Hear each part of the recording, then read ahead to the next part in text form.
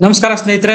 ನಿನ್ನೆ ರಾತ್ರಿ ತಡರಾತ್ರಿವರೆಗೂ CEC central election committee meeting ಬಿಜೆಪಿನಲ್ಲಿ ನಡೆದಿದೆ. ಇದರಲ್ಲಿ 19 ಕ್ಷೇತ್ರಗಳ ಜನ ಪಕ್ಕಾ ಆಗಿದೆ. ಆ ಅಧಿಕೃತ ಮಾಹಿತಿ ಕೊಡ್ತೀನಿ. ಉಳಿದಿರೋ 9 ಕ್ಷೇತ್ರಗಳ ಪಟ್ಟಿ ಮೋದಿ ಕೈ ಸೇರಿದೆ. ಅವರ ಭವಿಷ್ಯ ಮೋದಿ ಕೈಯಲ್ಲಿದೆ.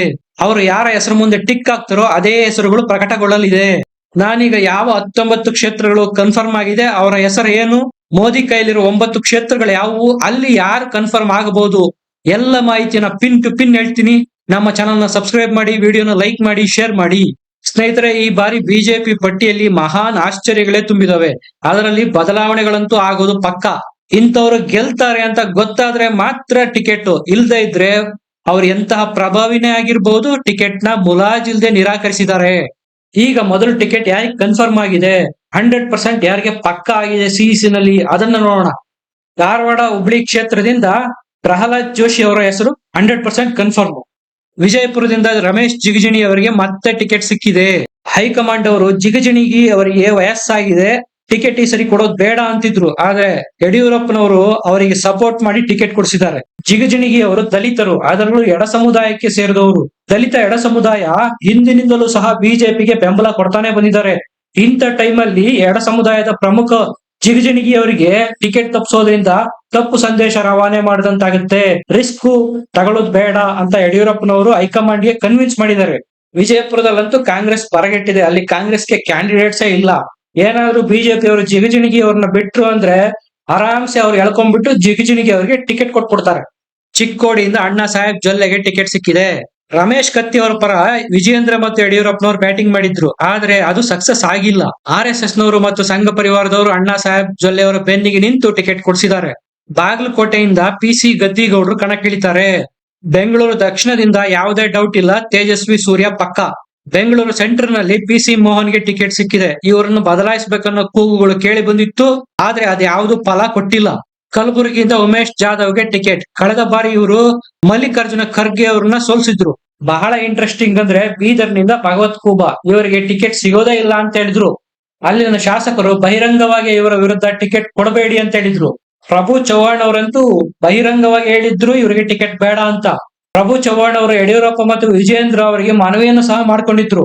ಆದ್ರೆ ಕೊನೆಗೆ ಭಗವಂತ್ ಖೂಬಾಗೆ ಕೇಂದ್ರದ ನಾಯಕರು ಮನ್ನಣೆ ಹಾಕಿದ್ದಾರೆ. ಆ ಕ್ಷೇತ್ರದಲ್ಲಿ ಭಗವಂತ್ ಖೂಬಾ ಬಿಟ್ರೆ ಬೇರೆ ಯಾರು ಅನ್ನೋದು ಬಂದಾಗ ಆಲ್ಟರ್ನೇಟಿವ್ ಅಭ್ಯರ್ಥಿನೇ ಇರಲಿಲ್ಲ. ಇದು ಅವರಿಗೆ ಪ್ಲಸ್ ಪಾಯಿಂಟ್ ಆಗಿತ್ತು. ಕೋಲಾರದಿಂದ ಮುನಿಸ್ವಾಮಿ ಅವರಿಗೆ ಟಿಕೆಟ್ ಸಿಕ್ಕಿದೆ. ಸ್ನೇಹಿತರೆ, ಈ ಕ್ಷೇತ್ರ JDS ಹೋಗ್ಬಹುದು ಅಂತ ಬಹಳ ಜನ ಅನ್ಕೊಂಡಿದ್ರು, ಆದ್ರೆ ಇದು ಉಲ್ಟಾ ಹೊಡೆದಿದೆ. ಬಿಜೆಪಿ ಅವರು ಈ ಕ್ಷೇತ್ರನ JDS ಗೆ ಬಿಟ್ಟು ಕೊಟ್ಟಿಲ್ಲ.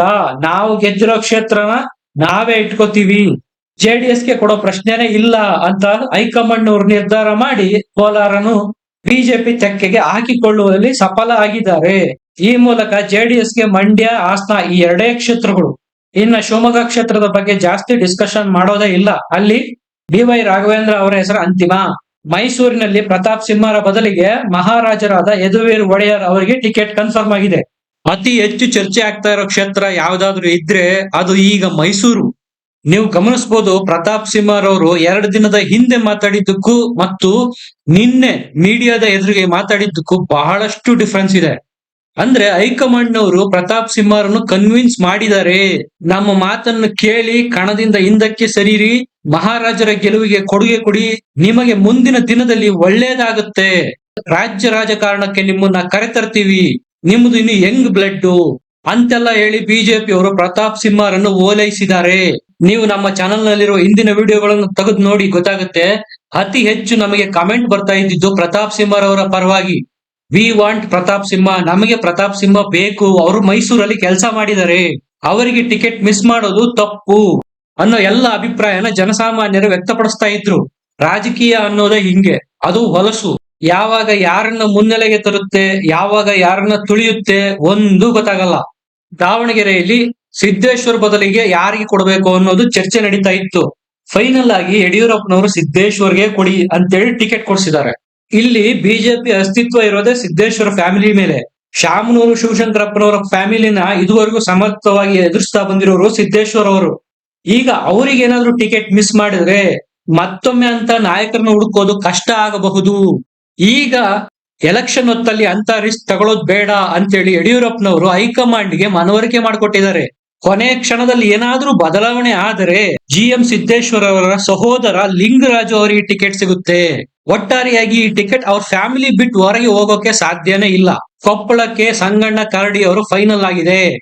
ಇಲ್ಲಿ ಡಾಕ್ಟರ್ ಬಸವರಾಜ್ ಸಹ ಪೈಪೋಟಿ ಕೊಟ್ಟಿದ್ರು, ಆದ್ರೆ ಫೈನಲ್ ಆಗಿ ಹೈಕಮಾಂಡ್ ಸಂಗಣ್ಣ ಕರಡಿಗೆ ಜೈ ಅಂದಿದೆ. ಬಹಳ ಕುತೂಹಲ ಮೂಡಿಸಿದಂತ ಮತ್ತೊಂದು ಕ್ಷೇತ್ರ ತುಮಕೂರು. ಈ ತುಮಕೂರಿಗೆ ಹಿಂದೆ ಬಸವರಾಜ್ ಅವರು ಸಂಸದರಾಗಿದ್ರು, ಈಗ ಅವರು ವಾಲಂಟರಿ ರಿಟೈರ್ಮೆಂಟ್ ತಗೊಂಡಿದ್ದಾರೆ. ಅವರ ಬದಲಿಗೆ ಈಗ ಅಲ್ಲಿ ಸೋಮಣ್ಣ ಅವರನ್ನು ಕಣಕ್ಕಿಳಿಸಲಿದೆ ಬಿಜೆಪಿ. ಈ ಕ್ಷೇತ್ರದಲ್ಲಿ ಮಾಧುಸ್ವಾಮಿ ಅವರು ಟಿಕೆಟ್ಗಾಗಿ ಸಿಕ್ಕಾಪಟ್ಟೆ ಪೈಪೋಟಿ ಮಾಡಿದ್ರು.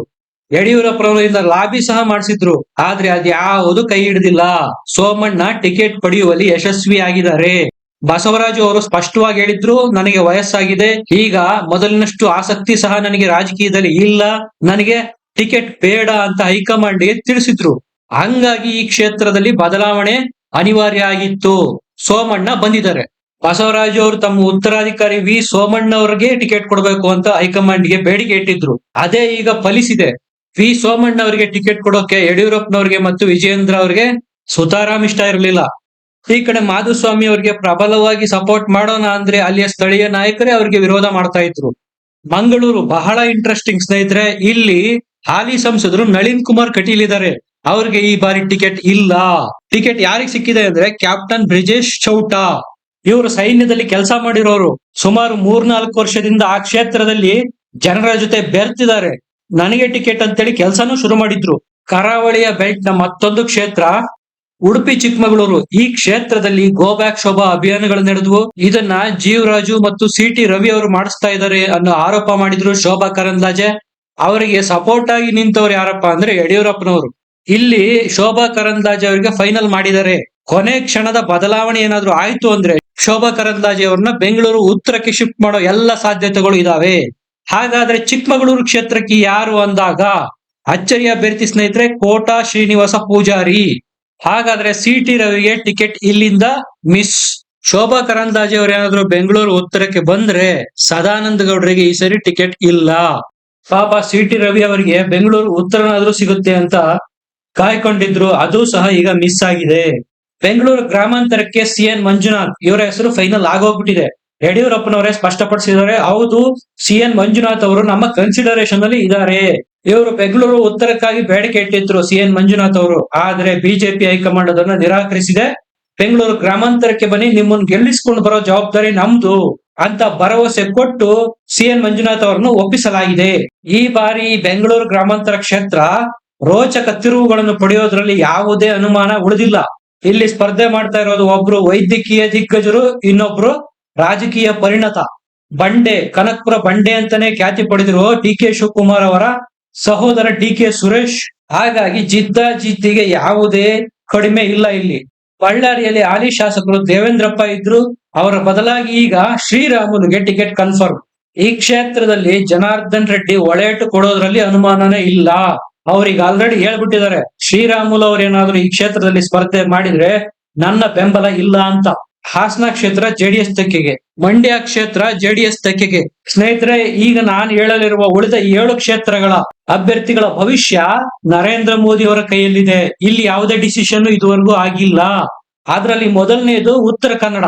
ಸ್ನೇಹಿತರೆ, ಈ ಕ್ಷೇತ್ರದಲ್ಲಿ ಪ್ರಬಲವಾದ ಕ್ಯಾಂಡಿಡೇಟ್ಸೇ ಇಲ್ಲ. ಅನಂತ್ ಕುಮಾರ್ ಹೆಗಡೆಯನ್ನ ಬಿಟ್ರೆ ಮುಂದೆ ಯಾರು ಅಂತ ಇದು ಹೈಕಮಾಂಡ್ಗೆ ತಲೆ ಕೆಡಿಸಿರೋದು. ಕೆಲವು ಮೂಲಗಳ ಪ್ರಕಾರ ಗೋಪಾಲ್ ನಾಗರಕಟ್ಟಿ RSS ನ ಹಿನ್ನೆಲೆ ಹೊಂದಿರತಕ್ಕಂಥವ್ರು, ಇವರಿಗೆ ಟಿಕೆಟ್ ಕೊಡಬಹುದು ಅಂತ ಹೇಳಲಾಗ್ತಾ ಇದೆ. ಇಲ್ಲ ಚಕ್ರವರ್ತಿ ಸೂಲಿಬೆಲೆ ಅವರ ಹೆಸರು ಸಹ ಈ ಕ್ಷೇತ್ರದಲ್ಲಿ ಬಹಳ ಕೇಳಿ ಬರ್ತಾ ಇದೆ. ಚಾಮರಾಜನಗರ ಯಾವುದೇ ಡಿಸಿಷನ್ ತೆಗೆದುಕೊಳ್ಳುವಲ್ಲಿ ಬಿಜೆಪಿ ಹೈಕಮಾಂಡ್ ಇದುವರೆಗೂ ಸಫಲ ಆಗಿಲ್ಲ. ಈ ಹೆಸರು ಸಹ ಮೋದಿ ಕೈಲಿದೆ. ಚಿಕ್ಕಬಳ್ಳಾಪುರ ಕ್ಷೇತ್ರ ಸಹ ಇನ್ನು ಡಿಸೈಡ್ ಆಗಿಲ್ಲ. ಇಲ್ಲಿ ಬಚ್ಚೇಗೌಡರು ಗೆದ್ದಿದ್ರು, ಬಹಳ ನ್ಯಾರೋ ಮಾರ್ಜಿನ್ ಇಂದ ಗೆದ್ದಿದ್ರು. ಚಾಮರಾಜನಗರದಲ್ಲೂ ಸಹ ಶ್ರೀನಿವಾಸ್ ಪ್ರಸಾದ್ ಅವರು ಬಹಳ ನ್ಯಾರೋ ಮಾರ್ಜಿನ್ ಇಂದ ಗೆದ್ದಿದ್ರು, ಸುಮಾರು 2,000 ಓಟ್ ಏನೋ ಅಷ್ಟೇ. ಹಾಗಾಗಿ ಈ ಚಾಮರಾಜನಗರ ಮತ್ತು ಚಿಕ್ಕಬಳ್ಳಾಪುರನ ಹಳೆದು ತೂಗಿ ಕ್ಯಾಂಡಿಡೇಟ್ಸ್ ಹಾಕ್ಬೇಕು ಅನ್ನೋದು ಬಿಜೆಪಿಗರ ವಾದ. ಚಿತ್ರದುರ್ಗದಲ್ಲೂ ಸಹ ಡಿಸಿಷನ್ ಪೆಂಡಿಂಗ್ ಇಟ್ಟಿದ್ದಾರೆ. ಹಾವೇರಿನಲ್ಲಂತೂ ಬಹಳ ಜಟಾಪಟಿ ಇದೆ. ಜಗದೀಶ್ ಶೆಟ್ಟರ್ ಇದ್ದಾರೆ, ಬಸವರಾಜ ಬೊಮ್ಮಾಯಿ ಅವರಿದ್ದಾರೆ, ಕಾಂತೇಶ್ ಅವರಿದ್ದಾರೆ. ಅದು ಇನ್ನು ಫೈನಲ್ ಆಗಿಲ್ಲ. ಇನ್ನ ರಾಯಚೂರು ಸಹ ಟಿಕೆಟ್ ಪೆಂಡಿಂಗ್ ಅಲ್ಲೇ ಇದೆ. ಸ್ನೇಹಿತರೆ, ಇದಿಷ್ಟು 19 ಕ್ಷೇತ್ರಗಳಲ್ಲಿ ಆಲ್ರೆಡಿ ಕನ್ಫರ್ಮ್ ಆಗಿರುವ ಅಧಿಕೃತ ಮಾಹಿತಿ. ಇನ್ನು ಉಳಿದ 9 ಕ್ಷೇತ್ರಗಳಲ್ಲಿ ಟಿಕೆಟ್ ಇನ್ನು ಪೆಂಡಿಂಗ್ ಅಲ್ಲೇ ಇದೆ. ನಿಮ್ಮ ಕ್ಷೇತ್ರದಲ್ಲಿ ಯಾರು ಅಭ್ಯರ್ಥಿ ಆಗ್ಬೋದು ಕಮೆಂಟ್ ಮಾಡಿ ತಿಳಿಸಿ. ವಿಡಿಯೋನ ಲೈಕ್ ಮಾಡಿ, ಶೇರ್ ಮಾಡಿ, ನಮ್ಮ ಚಾನೆಲ್ ನ ಸಬ್ಸ್ಕ್ರೈಬ್ ಮಾಡಿ.